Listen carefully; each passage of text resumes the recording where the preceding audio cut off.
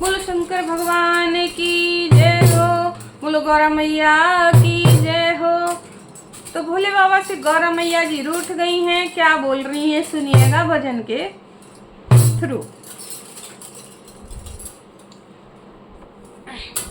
अरे गौरा रानी रूठ गई,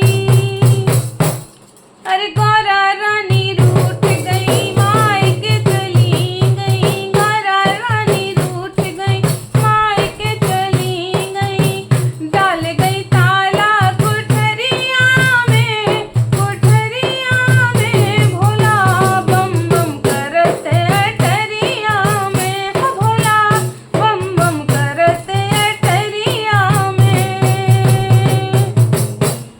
अरे रोज रोज भोला मुँह पे